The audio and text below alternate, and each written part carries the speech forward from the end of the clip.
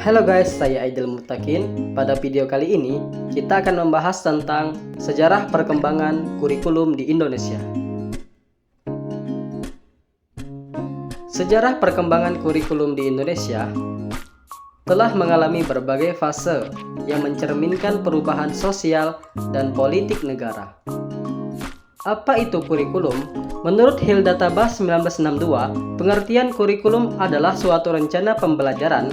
Oleh karena itu, apa yang diketahui tentang proses pembelajaran dan perkembangan individu mempengaruhi pembentukan kurikulum. Faktor-faktor apa saja yang mempengaruhi perubahan kurikulum? 1. Perkembangan ilmu pengetahuan dan teknologi. 2. Kebutuhan dunia kerja. 3. Tuntutan global dan standar internasional. 4. Evaluasi dan penelitian pendidikan. Kurikulum yang pertama adalah Rencana Pembelajaran 1947. Kurikulum ini dibuat tepat setelah 2 tahun peristiwa proklamasi kemerdekaan. Penamaan kurikulum ini awalnya masih menggunakan istilah Belanda, yaitu Leerplan. Karena pada saat itu, Indonesia berada dalam pergolakan akibat agresi militer Belanda beserta sekutunya.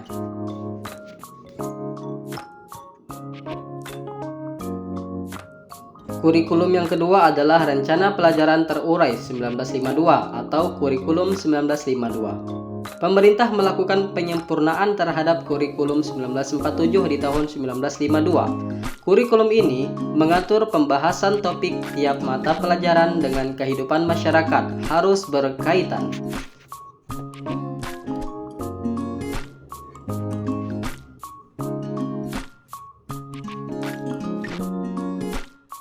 Kurikulum yang ketiga adalah Rencana Pendidikan 1964 atau Kurikulum 1964. Konsep pembelajaran dalam Kurikulum 1964 berfokus pada pengembangan moral, kecerdasan, emosional, dan jasmani.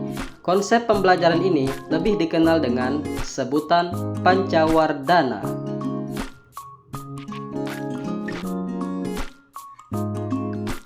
Kurikulum yang keempat adalah Kurikulum 1968. Kurikulum ini memiliki ciri materi dari jenjang pendidikan rendah memiliki korelasi dengan jenjang pendidikan selanjutnya. Tujuan utama kurikulum ini adalah untuk membentuk manusia Pancasila sejati, kuat dan sehat jasmani, moral, budi pekerti, dan keyakinan beragama. Kurikulum selanjutnya yaitu Kurikulum 1975. Kurikulum ini mulai digunakan setelah program rencana pembangunan 5 tahun atau Repelita, tahap pertama di masa pemerintahan Orde Baru. Kurikulum ini menekankan pendidikan yang lebih efektif dan efisien.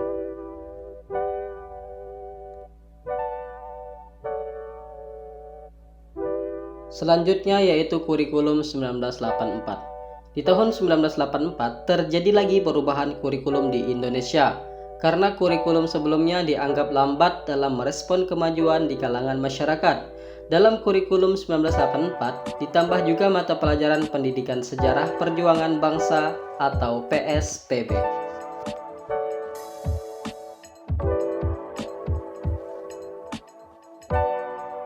Kurikulum selanjutnya yaitu Kurikulum 1994 dan Suplemen Kurikulum 1999. Kedua kurikulum ini dibuat dari hasil kombinasi Kurikulum 1975 dan Kurikulum 1984. Pada praktiknya, kurikulum ini banyak mendapat kritikan dari praktisi pendidikan hingga orang tua pelajar, karena materi pembelajaran dianggap lebih berat dan padat. Kurikulum ini juga menambahkan mata pelajaran muatan lokal seperti bahasa daerah. Selanjutnya yaitu kurikulum berbasis kompetisi atau KBK 2004. Setelah 10 tahun kurikulum 1994 berjalan, kurikulum ini digantikan oleh KBK di tahun 2004. Dengan berlakunya KBK, sekolah diberi kuasa untuk menyusun dan mengembangkan kompeten kurikulum yang mulanya berbasis materi menjadi kompetensi sesuai dengan kebutuhan dan kondisi sekolah serta peserta didiknya. Kurikulum yang ke-9 yaitu Kurikulum Tingkat Satuan Pendidikan atau KTSP 2006. Kurikulum ini mulai digunakan sejak berlakunya Undang-Undang Nomor 20 2003 tentang Sistem Pendidikan Nasional yang dijelaskan dengan lebih rinci dalam Peraturan Pemerintah Nomor 10 Tahun 2003. Kurikulum yang ke-10 adalah kurikulum 2013 atau yang kita kenal dengan K13. Kurikulum 2013 merupakan kurikulum yang diterapkan pemerintah menggantikan KTSP 2006. Kurikulum ini menekankan pada pembelajaran berbasis kompetensi dan pendekatan saintifik.